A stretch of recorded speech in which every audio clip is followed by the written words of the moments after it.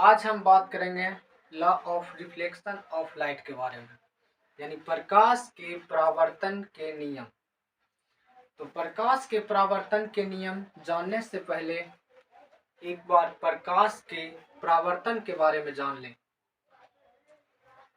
Reflection of light अगर आपको पता है तो अच्छी बात है, अगर नहीं पता है तो मेरा पिछला वीडियो जाके देखिए, मैंने वहां पे बताया है।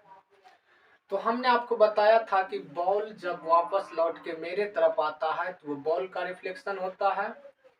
जब कोई साउंड रिफ्लेक्स होके मेरे तरफ आता है तो वो साउंड का रिफ्लेक्शन होता है।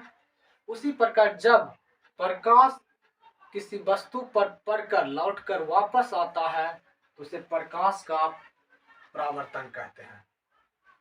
प्रकाश के परावर्तन जो थे वो दो प्रकार के होते हैं, नियमित परावर्तन और अनियमित परावर्तन। नियमित परावर्तन क्या होता है? जो प्रकाश के परावर्तनों के नियम का पालन करता है उसे नियमित परावर्तन कहते हैं, और जो प्रकाश के परावर्तन के नियम का पालन नहीं करता है उसे अनियमित परावर्तन कहते हैं। नियमित परावर्तन में देखिए, ये दर्पण है, ये एक दर्पण है और ये है प्रकाश स्रोत। जब यहां से कोई किरण पड़ेगा दर्पण पे तो ये दर्पण पे पड़कर टकरा कर लौट जाएगा। ये जो लौटने की क्रिया हो रही है ये परावर्तन है, और ये परावर्तन जो होते हैं टू टाइप के होते हैं। नियमित परावर्तन, ये प्रकाश के परावर्तन के नियम का पालन कर रहा है, इसलिए ये है नियमित परावर्तन। सेकेंड, अनियमित परावर्तन, ये प्रकाश स्रोत है। अगर इसका जो सतह है ये चिकना नहीं रहे, ये पॉलिश करने का अर्थ है कि इसकी सतह चिकना है।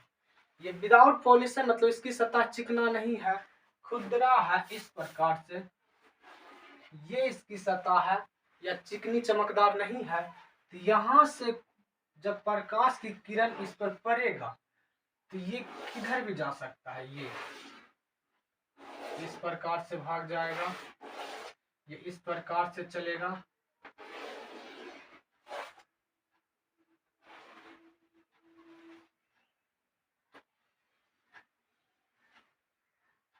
ये देखिए,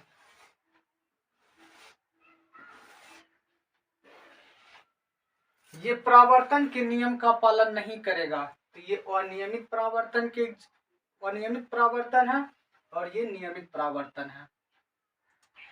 नियमित परावर्तन में जब आप फेस देखिएगा तो आपका फेस सेम टू सेम आपके जैसा ही नजर आएगा, किंतु आपका बायां पक्ष दायां और दायां पक्ष बायां नजर आएगा। लेकिन इसमें क्या होता है, इसमें जब आप अपना फेस देखिएगा, अनियमित परावर्तन जब होगा उसमें जब अपना फेस दिखिएगा तो थोड़ा हास्य टाइप का फेस बनता है। आप का नाक भागा रहेगा, कान भागा हुआ रहेगा, आंख निकला हुआ रहेगा, इस तरह से फेस बनता है अनियमित परावर्तन के कारण। अब हम बात करते हैं प्रकाश के परावर्तन के नियम के बारे में।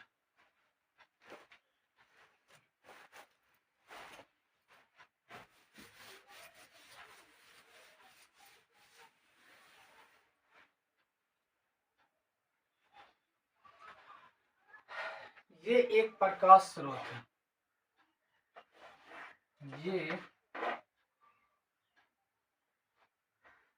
ये एक प्रकाश स्रोत है और ये रहा मेरा दर्पण।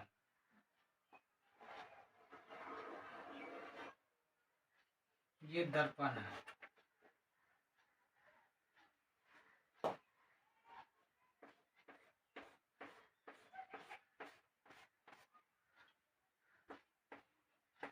ये है दर्पण।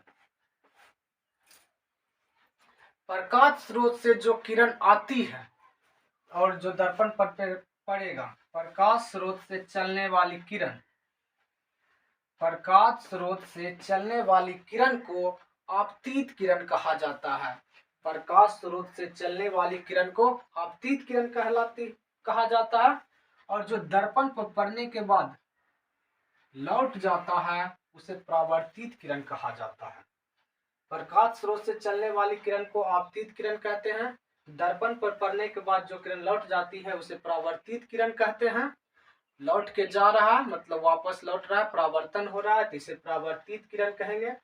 इसी प्रकार आपतित किरण और परावर्तित किरण जिस बिंदु पर मिल रहा है उसे आपतन बिंदु कहा जाता है। तो ये आपका आपतित किरण हो गया।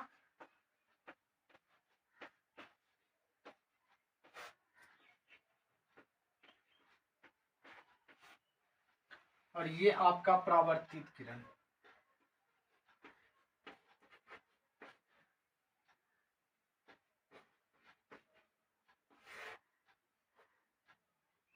परावर्तित किरण।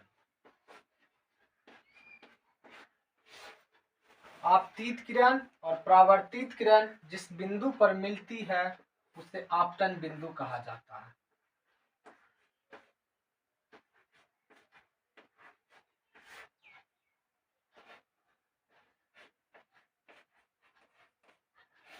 ये रहा आपका आपतन बिंदु। इसी प्रकार आपतित किरण, परावर्तित किरण और आपतन बिंदु पर डाला गया लंब, इस पर जो लंब डाला जाता है इसको लंब या अभिलंब कहा जाता है। ये होता है लंब या आप अभिलंब भी बोल सकते हैं।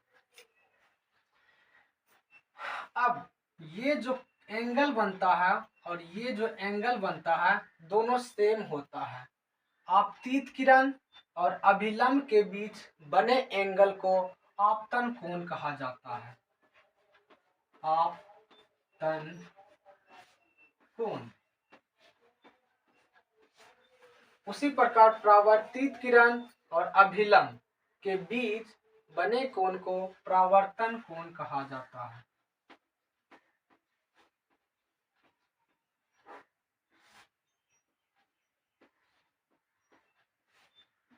आपतन कोण को I से डिनोट किया जाता है।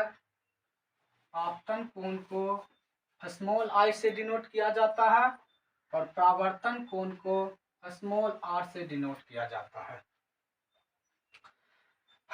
तो चलिए इसे एक बार फिर से रिपीट कर लेते हैं। कहता है कि प्रकाश स्रोत से चलने वाली किरण, मतलब जो प्रकाश स्रोत से किरण चलेगी उसे आपतित किरण कहेंगे। प्रकाश स्रोत से चलने वाली किरण को जो दर्पण पर पड़ने के लिए जा रही है उसे आपतित किरण कहेंगे। और दर्पण पर पड़ने के बाद परावर्तित होकर जो किरण लौटता है उसे परावर्तित किरण कहते हैं। लौटने वाली किरण को परावर्तित किरण कहेंगे और आने वाली किरण को आपतित किरण कहेंगे। और आपतित किरण, परावर्तित किरण जिस बिंदु पर मिलता है उसे आपतन बिंदु कहा जाता है। उसी प्रकार आपतित किरण, परावर्तित किरण और आपतन बिंदु, यही है ना आपतन बिंदु। आपतन बिंदु पर डाले गए लंब को अभिलंब कहा जाता है। इस पर जो लंब डालेंगे ये अभिलंब या लंब कहलाएगा। अब नेक्स्ट चलते हैं आपतन बिंदु। तो आपतन कोण। तो आपतन कोण होता क्या है ये समझिए। ये आपतित किरण है ना और ये अभिलंब है। तो आपतित किरण और अभिलंब के बीच बने कोण को आपतन कोण कहा जाता है और इसे I से डिनोट किया जाता है। उसी प्रकार परावर्तित किरण और आपतन